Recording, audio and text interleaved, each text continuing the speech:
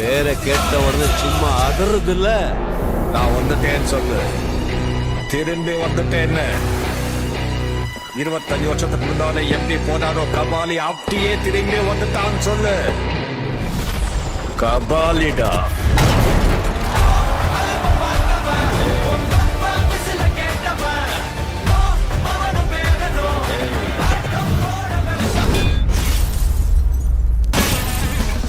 The number 1, number 2 எல்லாம் பாப்பா விளையாட்டு. I am the only one, super one. I'll set your screens on fire.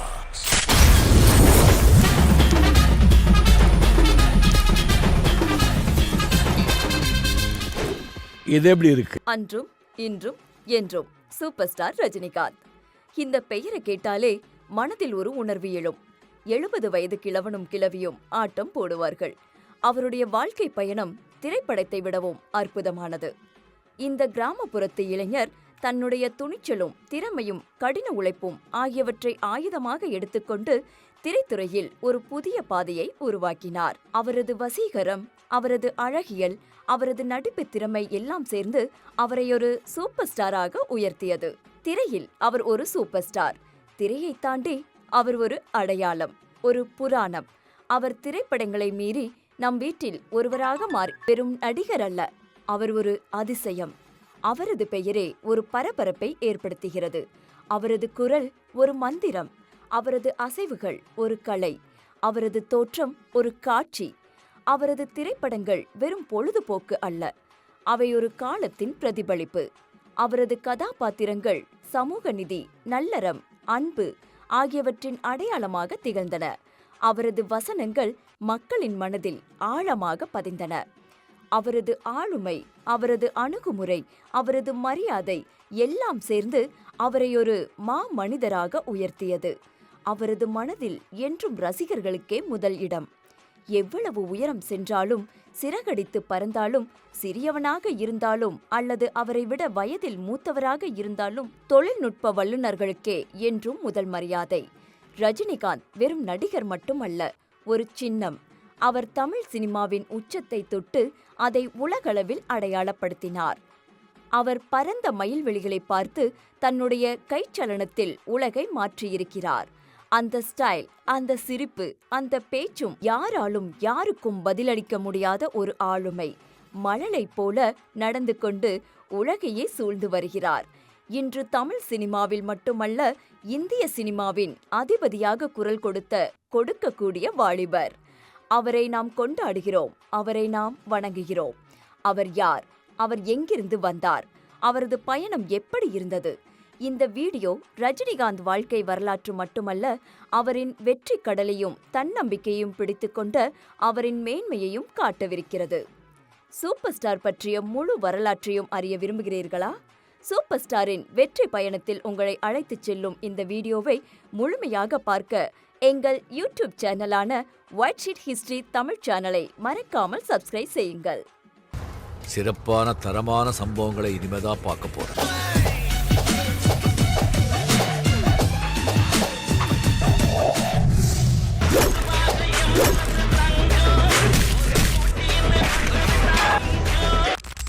எனக்கு உங்ககிட்ட பிடிச்சதே உங்க ஸ்டைலும் அதிரடியும் தாங்க. அப்படி ஏதாவது என்னடா இப்படி சூடு? ஸ்டைலும் அழகும் இன்னும் ஒன்ன விட்டு போகல. Now Baba counting star. Triple face cigarette. That's what they say. B to the A to the B to the A. I'm about to begin. For the justice I will win. Don't stop me, you cannot. Get out or you will get shot. சும்மா அதறதுல. Early life and career. 1975ஆம் ஆண்டு வெளியான அபூர்வ ராகங்கள் திரைப்படத்தின் மூலம் தமிழ் சினிமாவில் அறிமுகமான ரஜினிகாந்த் தற்போது ஜெயிலர் போன்ற படங்களின் மூலம் தலைமுறைகளை கடந்து ரசிகர்களின் இதயத்தில் நீங்கா இடம் பிடித்துள்ளார்.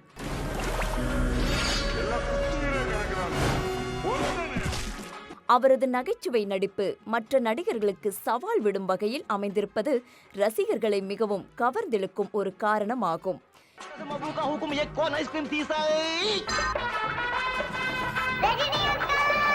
உனக்கு இங்கிலீஷ் பேச வருமா? I can talk English, I can walk English, I can laugh English. You very well. Oya Puri in Tamil becomes Wai Puri in English and Fail Puri in Hindi. Underwear? Yes. It's a condition and consideration. The conjunction becomes injunction and injunction becomes irritation. Yes, kiss me. ఇప్పుడు చూడు. Sir யார் தெரியுமா? பெரிய ABC officer. மாப்பிள்ளை இவர்தா, ஆனா இவர் போட்டுக்கிற dress எந்த இறுக்கி அடிச்சு ஒரு உம்மை தரும். நீங்க வந்தா மட்டும் போதும். ஐயோ இது எம் வீடு சார். கிடைக்கிறது கிடைக்காம இருக்காது, கிடைக்காம இருக்கிறது கிடைக்காது. எச்சச்ச எச்சச்ச கச்சச்ச கச்சச்சா. கவலை கவலை கவலை. நம்மளுக்கு பார்த்துட்டே போ. இந்திய சினிமாவில் வேறு எந்த நடிகருக்கும் இவ்வளவு எளிதில் கிடைக்காத வரவேற்பை பெற்றவர் ரஜினிகாந்த். மேலும் தமிழ் சினிமாவை உலக அளவில் கொண்டு சென்ற பெருமையும் அவருக்கு சேரும். கர்நாடக மாநிலம் பெங்களூரில் 1950 டிசம்பர் 12ஆம் தேதி ராமோஜி ராவ் கெய்க்வாட் அவர்களின் 4வது குழந்தையாக சிவாஜி ராவ் கெய்க்வாட் என்ற பெயரில் பிறந்தார் ரஜினிகாந்த். பெங்களூரில் பிறந்தாலும் கிருஷ்ணகிரி மாவட்டம் நாச்சிக்குப்பம் அவரது தந்தையின் சொந்த ஊர் என்பதால் சட்டப்பேரவை தேர்தலின் போது அவர் வெளிமாநிலத்தை சேர்ந்தவர் என்ற விமர்சனங்கள் எழுந்தன. இதற்கு பதிலளித்த ரஜினிகாந்த் தான் கிருஷ்ணகிரி மாவட்டத்தை சேர்ந்தவர்தான் என்று தெளிவுபடுத்தினார். நான் பச்சை தமிழர். எங்க மூதாதையர் எங்க அப்பா எல்லாம் வந்து நாச்சிக்குப்பம் கிருஷ்ணகிரியில் பிறந்து ஆல்ரெடி சொல்லியிருக்கேன். 5 வயதில் தாயை இழந்த ரஜினிகாந்த் பெங்களூரில் உள்ள ஆச்சாரியா பாடசாலையிலும் பின்னர் ராமகிருஷ்ணா மிஷனின் ஒரு பிரிவான விவேகானந்தர் பாலக சங்கத்திலும் பள்ளி படிப்பை முடித்தார். சிறு வயதிலிருந்தே நடிப்பின் மீது ஆர்வம் கொண்டிருந்தாலும் குடும்ப சூழல் காரணமாக கர்நாடகா மாநில போக்குவரத்து கழகத்தில் நடத்துனராக பணியில் சேர்ந்தார். கிடைத்த நேரங்களில் நாடகங்கள் மற்றும் சென்ட் நிகழ்ச்சிகளில் நடித்து தனது நடிப்பு திறமையை வளர்த்து கொண்டார். பின்னர் பிரபல இயக்குனர் கே. பாலச்சந்தரை சந்திக்கும் வாய்ப்பு கிடைத்தது. சினிமாவில் நடிக்க வேண்டும் என்ற ஆர்வத்தில் இருந்த ரஜினிகாந்திற்கு உதவியாக இருந்தவர் சக பேருந்து ஓட்டுநரான ராஜ் பகதூர். சென்னை வந்து நடிக்க வாய்ப்பு தேடிய ரஜினிகாந்திற்கு ராஜ் பகதூர் பண உதவிகளை செய்தார். அவங்க ஏன் நண்பனை விட்டாங்க தெரியல. என்னை பொறுத்த வரைக்கும் மாதா பிதா குரு, நல்ல நண்பன், அதுக்கப்புறம் தான் தெய்வம். பல தயாரிப்பு நிறுவனங்களில் வாய்ப்பு கேட்டு ஏறி இறங்கிய ரஜினிகாந்தை இயக்குனர் கே. பாலச்சந்தர் கண்டுபிடித்து தான் இயக்கிய அபூர்வ ராகங்கள் படத்தில் சிறு கதாபாத்திரத்தில் நடிக்க வாய்ப்பு அளித்தார். இதுவே ரஜினிகாந்தின் முதல் படம். இந்த படத்தின் மூலம் சிவாஜி ராவ் என்ற பெயரை விட்டுவிட்டு ரஜினிகாந்த் என்ற பெயரை பெற்றார். எனக்கு ரஜினிகாந்த் நான் என்னைக்கு பேர் வச்சேன் ஞாபகம் இருக்கா? ஃபுல் மூன் டே, பௌர்ணமி அன்னைக்கு. ஹோலி டே. ஹோலி பண்டிகை என்னைக்கு பேர் வச்சேன். தமிழ் சினிமாவின் கதவை திறந்து 50 ஆண்டுகள் கடந்துவிட்டன. 1975ஆம் ஆண்டு எம்ஜிஆரும் சிவாஜியும் தமிழ் திரை உலகின் இரு துருவங்களாக திகழ்ந்த காலம் அது.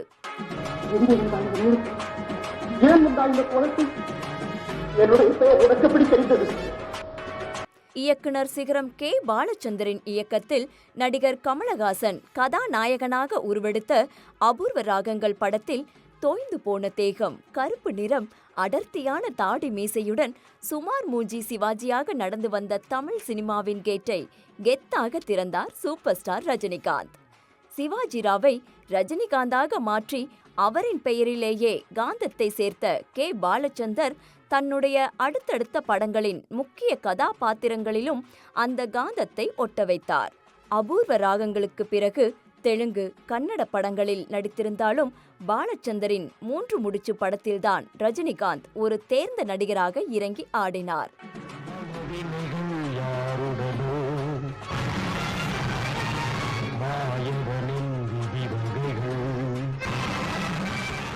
அப்படத்தின் கதாநாயகனாக சொல்லப்பட்ட கமல் கதைப்படி இடைவேளைக்கு முன்பே இறந்துவிட தன்னுடைய அசாத்தியமான வில்லத்தன நடிப்பால் படம் முழுவதும் பட்டியை கிளப்பினார் ரஜினி.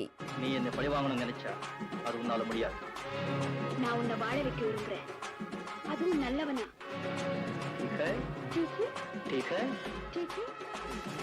மூன்று முடிச்சு திரைப்படம் ரஜினியின் நடிப்பாற்றலை தமிழ் சினிமா உலகில் மிக அழுத்தமாக பதிவு செய்தது. பிற்காலத்தில் இந்திய சினிமாவின் ஸ்டைல் மன்னனாக உருவெடுத்த ரஜினி அதற்கான விதையை மூன்று முடிச்சு படத்திலேயே போட்டிருப்பார். ரஜினியும் கமலும் மாறி மாறி படிக்கட்டில் ஏறி வரும் ஒரு சாதாரண காட்சியில் கூட சிகரெட்டை அசால்ட்டாக வாயில் தூக்கி போடும் ரஜினி அதை புகைத்தபடி தனக்கே உரிய பாணியில் கைகளை வீசிக்கொண்டு ஸ்டைலாக நடந்து வருவார்.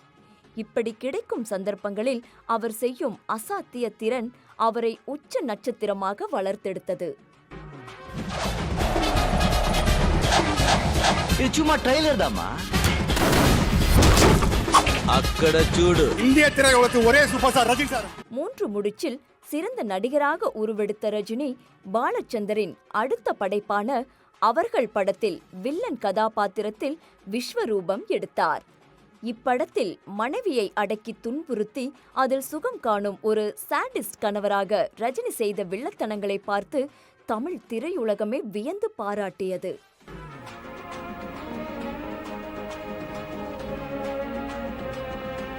Hello mister Bharani. ஹலோ, இப்பதான் வரீங்களா? அதுவும் உடம்பு சரியில்லைன்னு லீவ் லெட்டர் பார்த்தேன். வந்து பார்த்தா என்ன பயங்கரமான ஜுரம் தெரியுமா? 103 104. டாக்டர் வந்து பார்த்தாச்சு.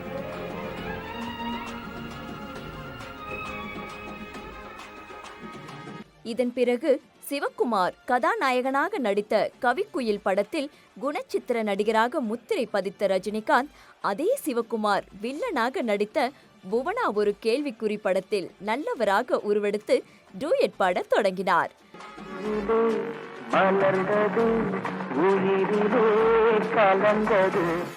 அதுவரை வில்லன் கதாபாத்திரத்தில் இருந்தவர் இந்த நல்லவன் கதாபாத்திரத்தில் தென்றலாய் தடம் பதித்தார். இயக்குனர் SP முத்துராமன் ரஜினியுடன் முதன்முறையாக கைகோர்த்த இப்படம் அந்த ஆண்டின் மாபெரும் வெற்றி படமானது.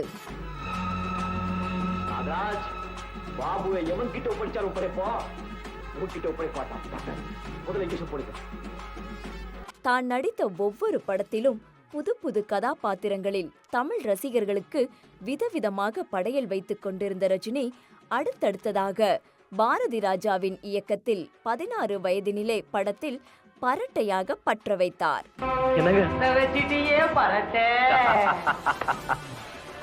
இது எப்படி இருக்கு? நல்லா இல்ல. 16 வயதினிலே படம் முழுவதும் உடலை வருத்திக் கொண்டு சப்பானியாக உயிரை கொடுத்து நடித்திருப்பார் கமல். ஆனால் ரஜினியோ பரட்டை தலை, பட்டன் போடாத சட்டை, வாயில் துண்டு பீடி என கிராமத்து மைனராக வலம் வந்து கமலை அசால்ட்டாக ஈடு செய்வார். 16 வயதினிலே படத்தின் அந்த வில்லத்தனம் பட்டி தொட்டி எங்கும் பரபரப்பாக பேசப்பட்டது. இவ படிச்ச படிப்புக்கு சர்க்கார் உத்தியோகமா கிடைக்க போகுது. சாணி தட்டை எடுத்துக்கிட்டு மந்தைக்கு தான் வரணும். அங்கே மடக்கி மடியில போட்டு தாளாட்டிட மாட்டேன். இப்படி ரஜினியும் கமலும் தமிழ் திரையுலகின் சிங்கமும் புலியாக வளர்ந்து கொண்டிருக்க இருவரையும் மீண்டும் இணைத்து ஆடுபுலி ஆட வைத்தார் SP முத்துராமன். இப்படத்தில் ரஜினியாகவே வந்த ரஜினிகாந்த் கொடூரமான வில்லனாக வெடித்து தள்ளினார். படம் முழுவதும் கமலை துரத்தி துரத்தி வில்லத்தனங்களை செய்துவிட்டு இது ரஜினி ஸ்டைல் என பஞ்ச் டைலாக்கையும் பேசினார். இந்த படமும் வெற்றி நடை போட்டு ரஜினியை அடுத்த கட்டத்திற்கு தள்ளியது. இதன் பிறகுதான் ரஜினிகாந்தை சூப்பர் ஸ்டாராக வண்ணம் தீட்டுவதற்கான தூரிகையை கையில் எடுத்தார் தயாரிப்பாளரும் திரைக்கதை ஆசிரியருமான கலைஞானம். தன்னுடைய மேற்பார்வையில் உருவான விஜயகுமார் கதாநாயகனாக நடித்த 6 புஷ்பங்கள் படத்தில் பஸ் ஓட்டுநராக நடித்த ரஜினியின் துருதுருப்பான நடிப்பாலும் மின்னல் வேக ஸ்டைலினாலும் கடுமையாக கவரப்பட்டிருந்ததால் இயக்குனர் கலைஞானம் பைரவி படத்திற்கான தயாரிக்கும் பொறுப்பு தனக்கு கிடைத்தவுடன் படத்தின் கதாநாயகனாக ரஜினிகாந்த் நடிக்க வேண்டும் என்பதில் தீர்க்கமாக நின்றார். அதுவரை வில்லனாக நடித்த தன்னை மக்கள் கதாநாயகனாக ஏற்றுக்கொள்ள மாட்டார்கள் என தப்பு கணக்கு போட்ட ரஜினி அப்படத்தில் கதாநாயகனாக நடிக்க மறுத்தார். ரஜினியின் மீது அபரிவிதமான நம்பிக்கை வைத்த கலைஞானம் அவரை தொடர்ந்து வற்புறுத்தினார். 6 புஷ்பங்கள் செகண்ட் ஹீரோவா நடிச்ச ரஜினிகாந்த என்னுடைய படத்துக்கு ஹீரோவா போட்டேன். எதிர்ப்புகள் பார்த்தா பயங்கர எதிர்ப்பு. எனக்கு இந்த உண்மைகளை நான் சொல்லித்தான் ஆகணும். நான் கோச்சிட்டு எந்திரிச்சு வந்துட்டேன். இப்படத்தில் இருந்து விலகவே அதுவரை தான் வாங்கி வந்த சம்பளத்தை விட 5 மடங்கு அதிகமாக கேட்டார். சற்றும் மனம் தளராத கலைஞானம் தன் மனைவியின் தாலியை அடமானம் வைத்து 50,000 ரூபாய் பணத்தை ஒரே தவணையில் கொடுத்து ரஜினியை கதாநாயகனாக நடிக்க வைத்தார். அந்த ஆண்டு தன் திரை வாழ்க்கைக்கு புதிய வெளிச்சத்தை பாய்ச்சிய கலைஞானத்திற்காக ஒரு வீட்டையே காணிக்கையாக்கி நன்றி கடன் செய்தார் சூப்பர் ஸ்டார் ரஜினிகாந்த். தன்னை ஹீரோவாக்கிய தயாரிப்பாளர் கலைஞானத்துக்கு அறிவித்தபடி நடிகர் ரஜினிகாந்த் வீடு வழங்கினார். சென்னை விருகம்பாக்கத்தில் உள்ள விநாயகம் தெருவில் 45 லட்சம் ரூபாய் மதிப்பில் ரஜினிகாந்த் வீடு வாங்கி கொடுத்துள்ளார்.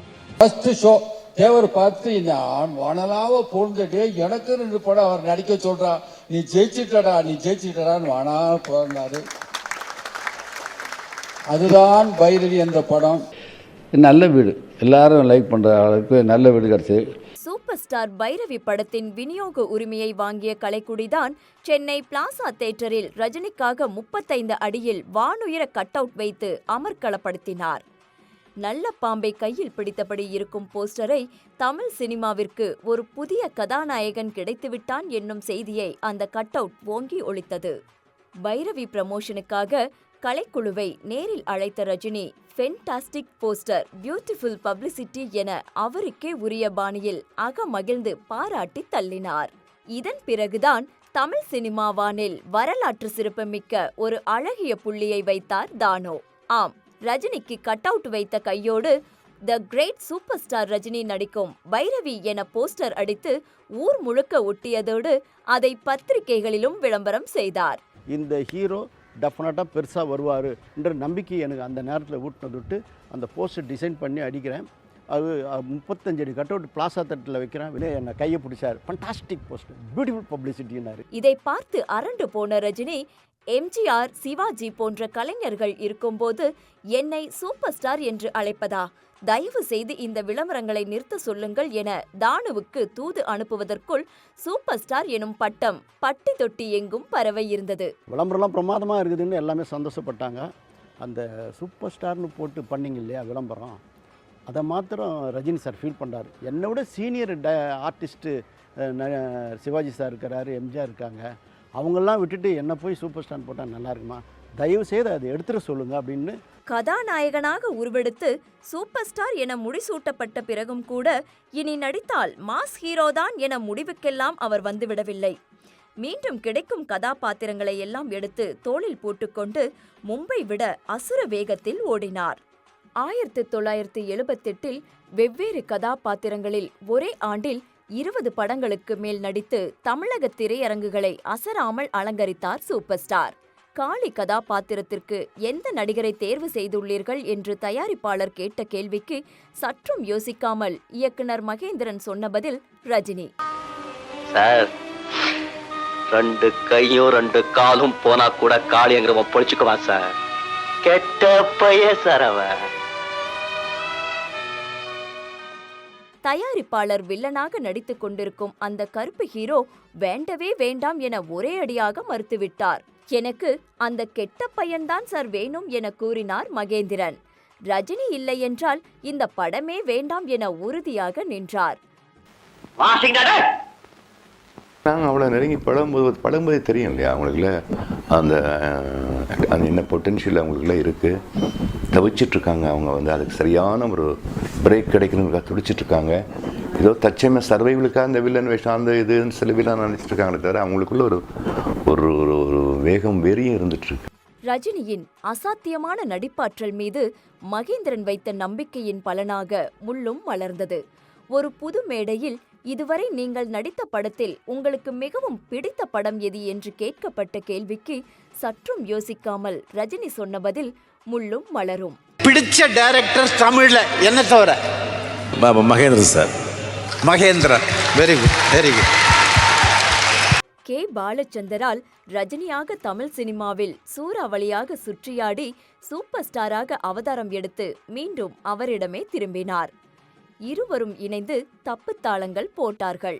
திராவிட முகத்தாலும் நேர்த்தியான நடிப்பாலும் 80களில் தமிழ் இளைஞர்களை கட்டி போட்ட நடிகை சரிதா இப்படத்தில்தான் அறிமுகமான தப்பு தாளத்தின் வெற்றியை உருவக்கு காணிக்கையாக்கினார். ரஜினி அதே ஆண்டு துப்பறியும் வழக்கறிஞராக அவதாரம் எடுத்த ரஜினி ஓ பிரியா என பாடிக்கொண்டே சிங்கப்பூரை சுற்றி வந்தார். இளையராஜாவின் இசைப்பாய்ச்சலால் அத்தனை பாடல்களும் காதல் பேசின.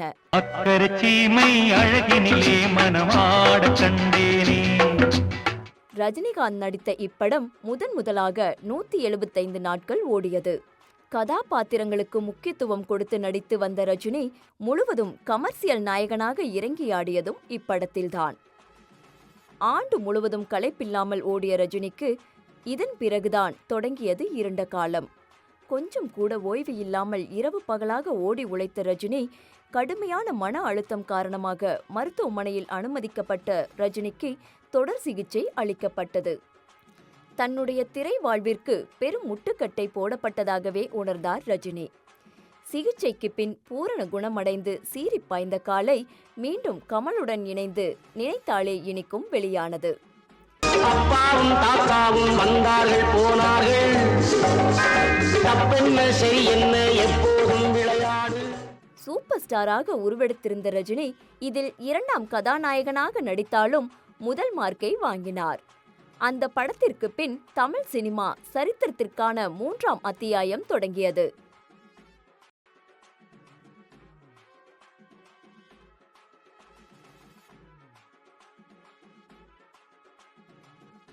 ஆம், கமலஹாசனின் யோசனைப்படி ரஜினியும் கமலும் இனி இணைந்து நடிப்பதில்லை என்ற முடிவை எடுத்தனர்.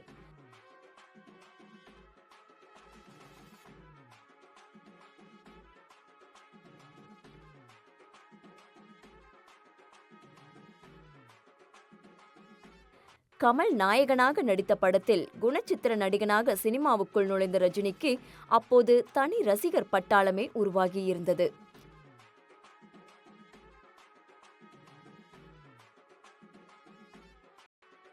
இருவரும் ஆளுக்கு ஒரு துருவத்தை நோக்கி பயணிக்க தொடங்கிய அந்த புள்ளியில் இருந்து ரஜினி வெர்சஸ் கமல் எனும் ரசிக போரும் தொடங்கியது. தனித்துவமான நடிப்பால் விதவிதமான பாத்திரங்களுக்கு உயிர் கொடுத்து கொண்டிருந்த ரஜினி கொஞ்சம் கொஞ்சமாக தன்னுடைய போக்கை மாற்றத் தொடங்கினார். இதன் பிறகு அன்னை ஓர் ஆலயம், பில்லா, அன்புக்கு நான் அடிமை என மசாலா படங்களை தேர்வு செய்ய தொடங்கினார். பைரவியின் போது அவருக்கு சூப்பர் ஸ்டார் பட்டம் கொடுக்கப்பட்டாலும் நான் போட்ட சவால் படத்தின் டைட்டில் கார்டில்தான் அது முதலில் திரைக்கு வந்தது. மருத்துவ சிகிச்சைக்கு பின் படங்களின் எண்ணிக்கையை குறைத்து கொண்டாலும் அடுத்தடுத்து வெற்றி வாகை சூடிக்கொண்டே இருந்தார் ரஜினி.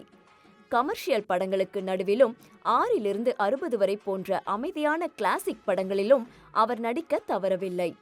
இன்று 6 வயது குழந்தை முதல் 60 வயது முதியவர் வரை ரசிகர் பட்டாளத்தை வைத்திருக்கும் ரஜினி இந்த ஒரே படத்தில் 6 to 60 வரை வாழ்ந்து காட்டினார்.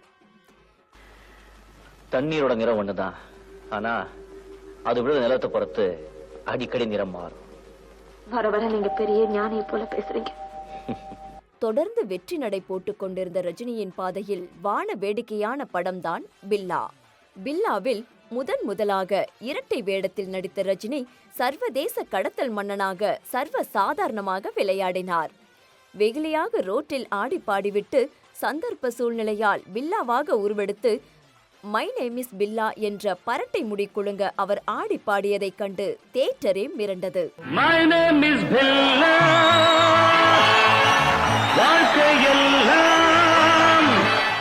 ஏறத்தாழ 30 ஆண்டுகளுக்கு பிறகு ரீமேக் செய்தாலும் வெற்றி பெறக்கூடிய அட்டகாசமான கமர்சியல் கதையமைப்பு கொண்ட இப்படம் 200 நாட்கள் ஓடியது.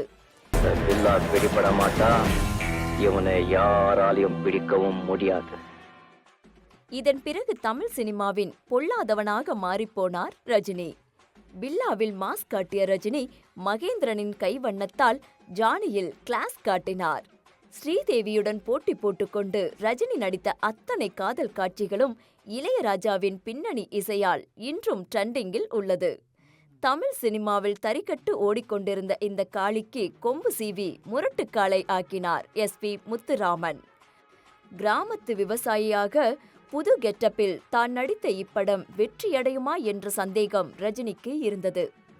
ஆனால் வசூலை வாரிக் கொடுத்தான் முரட்டுக்காளை. பில்லாவில் தொடங்கிய ரஜினியின் இரட்டை வேட நடிப்பு நெற்றிக்கண் படத்தில் புதிய பரிணாமம் அடைந்தது. பெண்களின் மேல் தீராத மோகம் கொண்ட சபல பேர் வழியாக அப்பா வேடத்திலும் அவரை விரட்டி திருத்தும் நல்லவனாக மகன் வேடத்திலும் பட்டையை கிளப்பினான் ரஜினி. நீ சொல்ற உபதேசத்தை கேட்கறதுக்கு நான் ஒன்னும் அந்த ஈஸ்வரன் இல்லடா, நான் கோட்டீஸ்வரன் என கூறி வில்லத்தனங்களை செய்து தீராத விளையாட்டு பிள்ளையாக விளையாடி தள்ளினார்.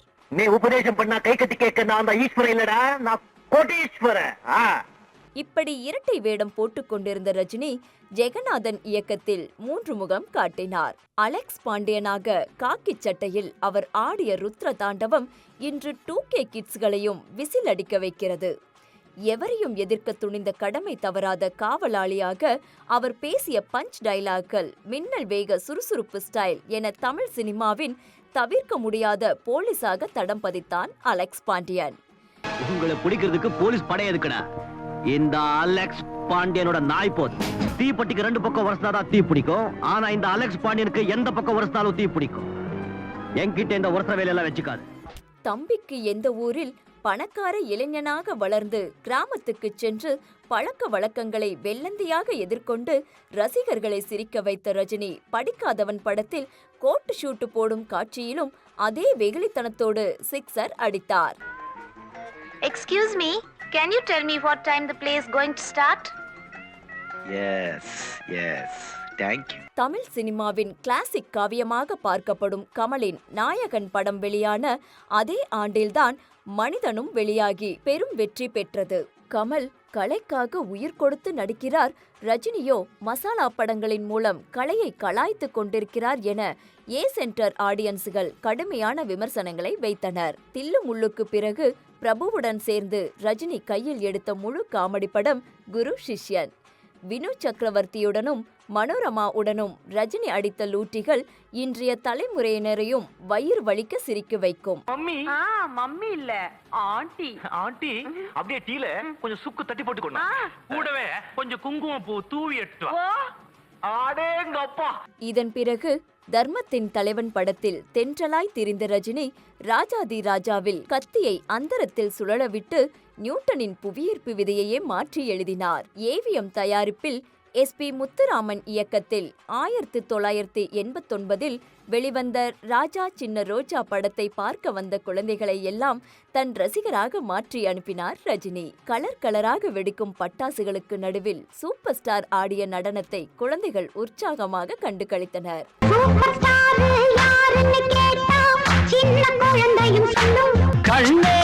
தமிழ் சினிமாவில் முதன்முறையாக மனிதர்களுடன் கார்ட்டூன் கேரக்டர்கள் நடனமாடிய காட்சிகளை அனைத்து தரப்பு மக்களும் ரசித்தனர். இதன் பிறகு மாப்பிள்ளை படத்தில் திமிர் பிடித்த மாமியாரை அடக்கி கைத்தட்டல்களை வாரி குவித்தார் ரஜினிகாந்த். அன்பு, பாசம், நேசம், சொந்தம் உங்களுக்கு சொந்தமா இருந்தவங்க எல்லாம் விட்டுட்டு போயாச்சு. இப்ப உங்களை சுத்தி இருக்கிறவங்க எல்லாம் ஜால்ரா பசங்க. நீங்க சொல்றதுக்கெல்லாம் ஆமா சொல்றவங்க. குடுக்கிற கையை எடுக்கிறதுக்குள்ள வெடிக்கணும் கிடைக்கிற நாயிங்க. அடுத்து மன்னன் படத்தில் விஜய் சாந்தி, படையப்பா படத்தில் ரம்யா கிருஷ்ணன் என்று தொடர்ந்து ஆணாதிக்க பஞ்ச் டைலாக்குகளை மூலதனமாக கொண்டு உருவான படங்கள் வெற்றிகளை வாரி குவித்தாலும் விமர்சனங்களையும் சந்தித்தது. இந்த விமர்சனங்களுக்கெல்லாம் விடை கொடுக்க பழைய காளியாக மாறிய ரஜினி மணிரத்னத்தின் இயக்கத்தில் 1991 ஆண்டு தளபதியாக உருவெடுத்தார். நட்பு, காதல், ஆக்ஷன், சென்டிமெண்ட் என அனைத்திலும் நடிப்பாளையே சுட்டெரித்தான் அந்த சூர்யா. நீண்ட இடைவெளிக்கு பிறகு அனைத்து தரப்பு மக்களுக்கும் கிளாசிக்கல் விருந்து வைத்தார் ரஜினி. தீபாவளி அன்று வெளியான படம் அதே நாளில் வெளியான கமலின் குணா படத்தை பின்னுக்கு தள்ளி வெற்றி கண்டது. 1992 ஆண்டு அண்ணாமலை திரைப்படம் வெளியாகி படம் தொடங்கி 26வது நொடியில் மரண மாசான பின்னணி இசையுடன் நீலவண்ண புள்ளிகள் சூப்பர் ஸ்டார் என திரையில் கோலம் இட்டன. டைட்டில் கார்டில் வந்த சூப்பர் ஸ்டார் ரஜினியின் பெயருக்கே திரையரங்கில் ரசிகர்கள் தொண்டை கிளிய கத்தினார்கள். இந்தியாவில் எந்த ஒரு நடிகருக்குமே இந்த அளவுக்கு வெறித்தனமான ஓபனிங் அமைந்ததில்லை. இசையரக்கன் தேவாவின் அந்த கொலவெறி பீஜியம் அனிருத் இசை அமைத்த பேட்ட திரைப்படம் வரை தொடர்ந்து பட்டியை கிளப்பி கொண்டிருந்தது. கமர்ஷியல் வெற்றிக்கு தேவையான பக்கா மசாலாவுடன் வெளியான அண்ணாமலை மாபெரும் வெற்றி அடைந்திருந்தது. பாண்டியன், எஜமான், உழைப்பாளி என பயணம் செய்த ரஜினி மீண்டும் சுரேஷ் கிருஷ்ணா தேவாவுடன் கூட்டணி போட்டு பாட்ஷாவாக விஸ்வரூபம் எடுத்தார். பக்கா கமர்ஷியல் படம் என்றாலும் முள்ளும் மலரும், நெற்றிக்கண், தளபதி போன்ற கிளாசிக்கல் படங்களுக்கே சவால் விடும் அசாத்தியமான நடிப்பை வெளிப்படுத்தினார் ரஜினி.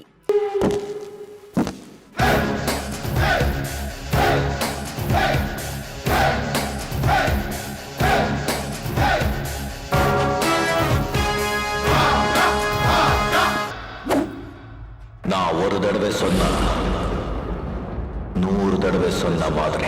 ரஜினியை தவிர வேறு யாரை வைத்தும் கற்பனை கூட செய்ய முடியாத எவர் மாஸ்தான் பாஷா. ரஜினிக்கான திரைக்கதையுடன் கைகோர்த்தார் இயக்குனர் KS ரவிக்குமார். முத்தான முத்து படமும் வெளியானது. தமிழ் சினிமா இசைக்கு புத்துயிர் பாய்ச்சிக் கொண்டிருந்த இசைப்புயல் ரகுமானின் ஒவ்வொரு பாடலும் புது வரலாறு படைத்தது. ரஜினியின் அறிமுக காட்சியில் ஆர்ப்பரித்த பின்னணி இசை அவர் வீட்டை விட்டு துரத்தப்படும் போது பாடலை கேட்ட ஒவ்வொருவரும் உடலில் உள்ள செல்களும் புத்துணர்ச்சியால் மலர்ந்தது. முத்து படத்தில் இருந்து அப்பணியை கையில் எடுத்த ரகுமான் படையப்பா, பாபா, சிவாஜி, எந்திரன் என அடுத்தடுத்த படங்களில் ரசிகர்களின் நாடி நரம்பை எல்லாம் பதம் பார்த்தார். தற்போது அனிருத், சந்தோஷ் நாராயணன் உள்ளிட்ட புது இசை சரவெடிகளும் ரஜினியின் மாசுக்கு தொடர்ந்து தீனி போட்டு கொண்டிருக்கின்றன. பொதுவாக என் மனசு தங்கம், ஆசை 100 வகை, என்னோட ராசி நல்ல ராசி என மாசாக ரஜினிக்கு குரல் கொடுத்து கொண்டிருந்தார் மலேசியா வாசுதேவன். மறுபுறம் மை நேம் இஸ் பில்லா என்று கர்ஜிக்க தொடங்கி அனிருத்தின் சுமா கிளி பாடல் வரை ரஜினியின் குரலுக்கு பட்டா போட்டு பட்டையை கிளப்பினார். SPB ரஜினியின் ஓபனிங் பாடலை SPB குரல் கொடுக்கவில்லை என்றால் அதை தெய்வ குத்தமாகவே கருதி கன்னத்தில் போட்டுக் கொள்கின்றனர் அவரின் ரசிகர்கள். முத்துவின் மகத்தான வெற்றியை தொடர்ந்து சுந்தர் சியுடன் சேர்ந்து அருணாச்சலம் படத்தில் மங்காத்தா ஆடிவிட்டு வந்தார் ரஜினி. இந்த காலகட்டங்களில் ஆன்மீகத்தில் அதிகமாக ஆழ்ந்து போன ரஜினி ஆன்மீக அரசியலைப் போலவே ஆன்மீக சினிமாவை கையில் எடுத்தார். பாபா திரைப்படத்தை பார்த்துவிட்டு மக்கள் தெரித்தோடினர். பாபா தோல்வியை தொடர்ந்து நான் யானை இல்லை குதிரை என போர் முழக்கமிட்ட ரஜினி சந்திரமுகியில் சொல்லி அடித்தார். 2005ஆம் ஆண்டு உலகெங்கும் வெளியாகி மாபெரும் வெற்றியடைந்த சந்திரமுகி வசூலில் பெரும் சாதனை படைத்தது. 7 தியேட்டர்களில் 300 நாட்களுக்கு மேல் ஓடிய படம் சென்னை சாந்தி தியேட்டரில் மட்டும் 890 நாட்கள் ஓடியது. தமிழ் சினிமாவிலேயே அதிக நாட்கள் ஒரே தியேட்டரில் ஓடிய படம் என்ற சரித்திர சாதனையை சந்திரமுகி படைத்தது. சிவாஜி படத்தின் மூலமாக இயக்குனர் சங்கரிடம் சிக்கிய ரஜினி மாபெரும் பட்ஜெட்டில் தயாரான படத்திற்கு பாதி பணத்தை பாடல்களுக்கு செலவழித்துவிட்டு மீதி பட்ஜெட்டில் ஒரு மசாலா படமாக வடிவமைத்து வெற்றி அடைந்தன. இதே கூட்டணியில் பிரம்மாண்டமாக தயாரிக்கப்பட்ட எந்திரனிலும் ஜெயித்து கைப்பிடித்தவர்கள் 2.0வில் ஆறுதல் பரிசை மட்டுமே அடைந்தனர். இருப்பினும் 90களின் மரண மாஸ் ரஜினியை ரசிகர்கள் மிஸ் பண்ண தொடங்கிய இந்த இடைவெளியில்தான் களத்தில் குதித்தார் இயக்குனர் ரஞ்சித். மெட்ராஸ் ஏற்படுத்தியிருந்த தாக்கத்தால் கபாலி படத்திற்கு மாபெரும் எதிர்பார்ப்பு உருவாகியிருந்தது. படத்தின் ட்ரெய்லரில் ஜெயில் கதவு திறக்க சந்தோஷ் நாராயணனின் அனல் பறக்கும் பின்னணி இசையுடன் நெருப்புடா என்று நடந்து வந்தார் ரஜினி.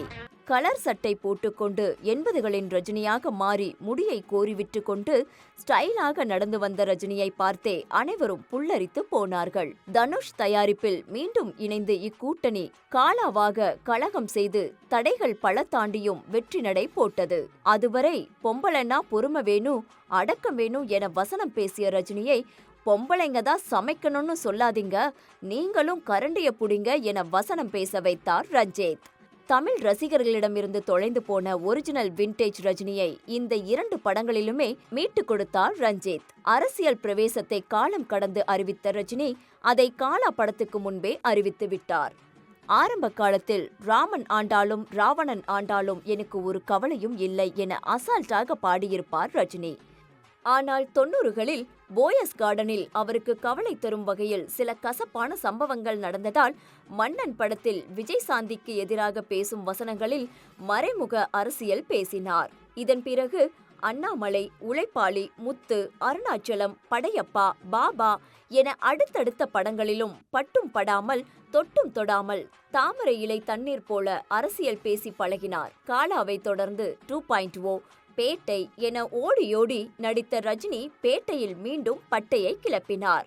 ரஜினி ரசிகர்களுக்காக ரஜினி வெறியர்களால் உருவாக்கப்பட்ட இந்த பேட்டையை பார்த்த அனைவரும் ரஜினி பைட்டானார்கள். 73 வயதை தாண்டி 50 ஆண்டுகால சினிமா வாழ்வை கடந்தும் அதே சுறுசுறுப்போடு ஜெயிலர் பக்கத்தின் வெற்றிக்கு பிறகு த வேட்டையன் படத்தில் வேட்டையாட ஓடிக்கொண்டிருந்தார் சூப்பர் ஸ்டார். இந்த மாளவித்த தெய்வங்களான தமிழக மக்களே,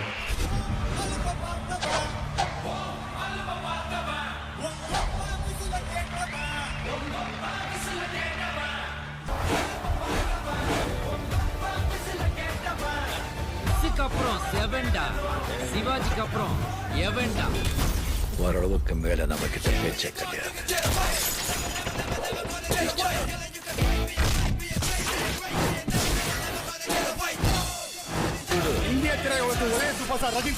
குட்டி story and political involvement and spirituality. Super star Rajinikanth தமிழகத்தின் அடையாளங்களில் ஒருவராக மாறிவிட்டார். புதிதாக நடிக்க வரும் கதாநாயகர்கள் பலரும் ரஜினிகாந்தை தங்களின் முன்னோடியாக காட்டுவதோடு ரஜினியை தங்கள் படத்தின் ரெஃபரன்ஸாகவும் பயன்படுத்துகிறார்கள். ரஜினி சொன்ன கதைகளில் இருந்து பல விஷயங்கள் டீப் செய்யப்பட்டிருக்கின்றன. ரஜினி தன்னுடைய மேடை பேச்சுகளில் ஏன் குட்டி கதை சொல்கிறார் என்ற கேள்வி முக்கியமானது. அதற்கான காரணங்கள் தமிழகத்தின் வரலாற்றில் இருக்கிறது. தமிழ் கலாச்சாரத்தில் ஒரு அங்கமான பேச்சுகளையும் ஒரு பகுதியாக கதை சொல்லலும் இருக்கிறது. தமிழகத்தின் சூப்பர் ஸ்டாரான ரஜினிகாந்தும் மேடைகளில் கதை சொல்வதை தனது வழக்கமாக வைத்திருக்கிறார். ரஜினியை தமிழ் சினிமாவின் அடையாளமாக மட்டுமில்லாமல் உழைப்பிற்கான அடையாளமாக காட்டுவதும் உண்டு. கண்டக்டராக வாழ்க்கை தொடங்கினார் என சொல்லப்படும் ரஜினி இன்று இருக்கும் உயரம் மிக பெரியது. என் ஒரு தொழி வியர்வைக்கு 1 பவுன் தங்க காசு கொடுத்தது தமிழ் அல்லவா என அவர் பாடும் அளவிற்கு ரஜினியை அவரது உழைப்பு மேலே ஏற்றியிருக்கிறது. எவ்வளவு பிரச்சனைகள் வந்தாலும் அதை சமாளித்து முன்னேற வேண்டும் என்ற கதையை சந்திரமுகி பட வாழ்வில் வைத்து கூறினார். ரஜினி கதை சொல்வதற்கு முன்பு கூறிய வசனம் பாட்ஷா படத்தில் அவர் ஏற்கனவே கூறியதுதான். ஆண்டவன் நல்லவங்களை சோதிப்பா, ஆனா கைவிட மாட்டான். கெட்டவங்களுக்கு நிறைய கொடுப்பா, ஆனா கை விட்டுருவான் என பாட்ஷாவில் பேசிய வசனம் பட்டையை கிளப்பியது. சூப்பர் ஸ்டார் என்று அழைப்பதை விட ஆன்மீகவாதி என்று அழைப்பதையே விரும்புவார். அரசியலுக்கு வரப்போவது உறுதி என்று அறிவித்துள்ள ரஜினி தன்னுடைய அரசியல் பாதையாக ஆன்மீக அரசியல்தான் இருக்கும் எனவும் கூறியிருக்கிறார். பாஜக உள்ளிட்ட வலதுசாரி இயக்கங்கள் ரஜினியையும் அவரது அரசியலையும் ஆதரிப்பதற்கு அவருடைய ஆன்மீக அரசியல் முக்கியமான ஒரு காரணமாக இருக்கிறது. தான் ஆன்மீகவாதியாக இருந்ததற்கான காரணத்தையும் ஆன்மீகத்தின் சிறப்பு குறித்தும் ஒரு மேடையில் கதை சொல்லி விளக்கினார். 2017ஆம் ஆண்டு பிப்ரவரியில் சென்னையில் தெய்வீக காதல் என்ற புத்தக வெளியீட்டு விழா நடந்தது. அந்த விழாவில் ஆன்மீக ஈடுபாடு குறித்தும் ஆன்மீக சிறப்பு குறித்தும் பேசினார். அந்த பேச்சினுடைய அந்த குட்டி கதை வெளிப்பட்டது. ரஜினியின் அரசியல் ஆன்மீக அரசியல் என்பதால் தானோ என்னவோ அரசியலில் தனக்கு இருக்கும் ஆர்வம் பற்றியும் ஆன்மீகம் குறித்த அந்த குட்டி கதையில் ரஜினி விளக்கியிருந்தார். இந்த கதையை ரஜினி கூறியது முதல் முறையல்ல. அவர் கலந்து கொள்ளும் நிகழ்வுகளில் ஆன்மீகம் குறித்து பேசிய போதெல்லாம் ராஜா மந்திரி கதையையும் மேற்கோள் காட்டியிருக்கிறார். ரஜினியின் ஆன்மீகம் குறித்த பேச்சு எழும்போதெல்லாம் அவரது இமயமலை பயணம் குறித்தும் பேச்சு எழும். ரஜினி இமயமலைக்கு ஆன்மீக பயணம் மேற்கொள்வது வழக்கம். ஒவ்வொரு ஆண்டும் தன்னுடைய படங்களின் படப்பிடிப்பு முடிந்ததும் ரஜினி இமயமலைக்கு சென்று வருவார். அவரது இமயமலை பயணம் சில நேரங்களில் விமர்சனத்தையும் சந்தித்திருக்கிறது. அரசியலுக்கு வருவேன் என்று சொல்லிவிட்டு அவர் இமயமலைக்கு சென்று விடுகிறார் என்றும் சிலர் அவரை விமர்சிப்பதும் உண்டு. ரஜினி நடித்த முத்து படத்தில் காவியங்கள் உன்னை பாட காத்திருக்கும் பொழுது காவியுடை கொண்டு வாழ்வை தேடி வடக்கே நீ போனாள் என்ற வரிகள் அவரது இமயமலை பயணத்தை குறிப்பிட்டு எழுதப்பட்டதாக குறிப்பிடுகிறது. தான் இமயமலைக்கு செல்வது குறித்து வீட்டில் இருக்கும் அறைகளை வைத்து ஒரு மேடையில் கதை சொல்லி விளக்கினார் ரஜினிகாந்த். சந்திரமுகியின் வெற்றி விழாவிலேயே அந்த சம்பவமும் நடந்தது. ரஜினி தன்னுடைய ஆன்மீக கருத்துகளின் நீட்சியாக எளிமையாக இருக்க வேண்டும் என்றும் இலக்குகளில் கவனம் செலுத்த வேண்டும் என்றும் பல இடங்களில் கூறியிருக்கிறார். சாமி படத்தின் வெற்றி விழாவில் கலந்து கொண்டு படக்குழுவினரை பாராட்டி பேசிய ரஜினிகாந்த் விழாவில் கலந்து கொண்ட விஜய், சூர்யா ஆகிய நடிகர்களையும் பாராட்டி பேசினார். தங்களுடைய இலக்கை சரியாக நிர்ணயித்து விஜய், விக்ரம் வென்றுவிட்டதாக கூறிய ரஜினி ஒரு குட்டி கதையை மேற்கோள் காட்டினார். சாமி படத்தின் வெற்றி விழாவில் ரஜினி சொன்ன கதை ஒரு சன்னியாசியை குறித்தது. அந்த சன்னியாசி போல மனதை அலைப்பாய விடாமல் இருந்தால் வாழ்க்கையில் வெல்லலாம் என்பதை ரஜினி குறிப்பிட்டார். அதேபோல் பைரவி படத்தின் தயாரிப்பாளரான கலைஞானத்திற்கு சென்னையில் நடந்த பாராட்டு விழாவில் வாழ்க்கையில் கஷ்டங்கள் வந்தாலும் எதிர்கொள்ள வேண்டும் என்பதை உணர்த்தும் வகையில் குட்டி கதையொன்றை கூறினார் ரஜினி. அதுவும் சன்னியாசியிடம் ஆலோசனை கேட்கும் கதையாகவே இருந்தது. தொடர்ச்சியாக ஆன்மீக பாதையில் பயணிப்பதால் திரைப்படங்கள் குறித்து பேசும்போது அவர் ஆன்மீகவாதிகளை மேற்கோள் காட்டுகிறார் என்று கூறப்படுகிறது. சந்நியாசம் குறித்து அதிகம் பேசினாலும் ரஜினி விட்டுக் கொடுக்காத விஷயங்களில் ஒன்று நட்பு. குசேலன் படத்தில் சூப்பர் ஸ்டார் கதாபாத்திரத்திலேயே நடித்த ரஜினி கிளைமேக்ஸில் நட்பு குறித்த கதை சொல்லி எல்லோரையும் அள வைத்திருப்பார். குசேலன் சூப்பர் ஸ்டார் அசோக் குமார் மட்டுமல்ல, ஒரிஜினல் சூப்பர் ஸ்டார் ரஜினிகாந்த் நட்பின் இலக்கணத்தை பேசியவர்தான். இன்று தமிழ் சினிமாவின் முக்கியமான தயாரிப்பாளர்களில் ஒருவராக விளங்கும் கலைப்புலி தானு தன் முதல் தயாரிப்பான யார் வெற்றி விழாவில் கலந்து கொள்வதற்காக மும்பை படப்பிடிப்பை கேன்சல் செய்துவிட்டு வந்த ரஜினி அந்த மேடையில் நட்பின் பெருமையை விளக்கும் குட்டி கதையொன்றை சொன்னார். நட்பினை சிறப்பிக்கத்தான் ரஜினி அந்த விழாவிலேயே கலந்து கொண்டார்.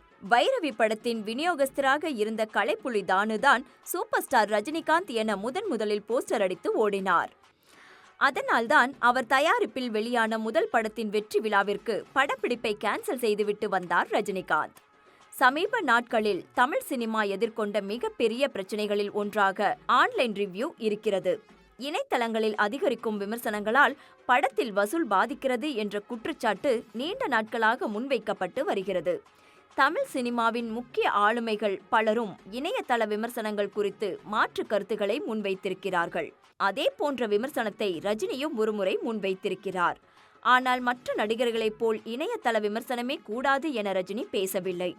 விமர்சனத்தை செய்யுங்கள், ஆனால் அது யார் மனதையும் புண்படுத்தாத அளவிற்கு இருக்கட்டும் என கூறினார்.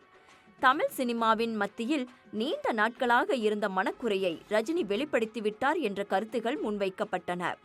ரஜினி இணையதள விமர்சனம் குறித்தும் ஒரு குட்டி கதையை மேற்கோள் காட்டிதான் பேசினார். என்ன வேணா கேளு அப்படின்னு கேட்டா அந்த ஜோசிகாரங்களை வெளியே விடுங்க அப்படின்னு சொல்லிட்டு. அவார்ட்ஸ். இந்திய சினிமாவின் பன்முகத்தன்மை, அதில் தொழில்நுட்ப வளர்ச்சி மற்றும் கதை சொல்லும் திறன் ஆகியவை காலத்திற்கேற்ப தொடர்ந்து வளர்ந்து வருகின்றன. இந்த பின்னணியில் ஒவ்வொரு ஆண்டும் நூற்றுக்கணக்கான திரைப்படங்கள் வெளியாகி திரையுலகை பரபரப்பாக வைத்திருக்கின்றன. இந்த படங்களில் சிறந்து விளங்கும் கலைஞர்களை பாராட்டும் வகையில் ஆண்டுதோறும் தேசிய திரைப்பட விருதுகள் வழங்கப்பட்டு வருகின்றன. 2019ஆம் ஆண்டுக்கான 67வது தேசிய திரைப்பட விருதுகள் விழா டெல்லியில் சிறப்பாக நடைபெற்றது. இந்த விழாவில் சிறந்த திரைப்படம், நடிகர், நடிகை, இயக்குனர் உள்ளிட்ட பல்வேறு பிரிவுகளில் கலைஞர்கள் பாராட்டப்பட்டனர். ஆனால் இந்த விழாவின் மிக முக்கியமான நிகழ்வு தாதா சாஹிப் பால்கே விருது வழங்கும் நிகழ்வாகும். இந்திய சினிமாவின் மிக உயரிய விருதான தாதா சாஹேப் பால்கே விருது இந்த ஆண்டு சூப்பர் ஸ்டார் ரஜினிகாந்திற்காக வழங்கப்பட்டது. திரை உலகில் 46 ஆண்டுகளுக்கான சிறப்பான பங்களிப்பை வழங்கிய ரஜினியின் இந்த வெற்றி திரையுலகம் மட்டுமல்லாமல் தமிழக மக்கள் அனைவராலும் கொண்டாடப்பட்டது. விழா மேடையில் பேசிய ரஜினி தன்னை வளர்த்தெடுத்த திரைப்படத் துறையினருக்கு நன்றி தெரிவித்ததுடன் தமிழ் மக்களின் அன்பே தனது வெற்றிக்கு காரணம் என்று உணர்ச்சி வசமாக கூறினார். குடியரசு துணைத் தலைவர் வெங்கையா நாயுடு ரஜினியை அகில உலக சூப்பர் ஸ்டார் என்று புகழ்ந்து பேசியதுடன் அவரது பங்களிப்பை பாராட்டினார். இந்திய சினிமாவின் பல்வேறு விருதுகளை ஏற்கனவே பெற்றிருந்தாலும் தாதா சாஹேப் பால்கே விருது ரஜினிக்கு கிடைத்தது அவரது திரைப்பயணத்தில் ஒரு மைல்கல்லாகும். கண்டக்டராக இருந்த ரஜினி இன்று இந்திய சினிமாவின் உச்சத்தை தொட்டுள்ளார். என்னை வாழ வைக்கும் தெய்வங்களான தமிழ் மக்களுக்கு நன்றி. ஜெய்ஹிந்த். அவரது இந்த வெற்றி ஒவ்வொரு இளைஞனுக்கும் ஒரு உத்வேகம் அளிக்கிறது. தமிழ் சினிமாவின் ஜென்ம நட்சத்திரம் சூப்பர் ஸ்டார் ரஜினிகாந்த்.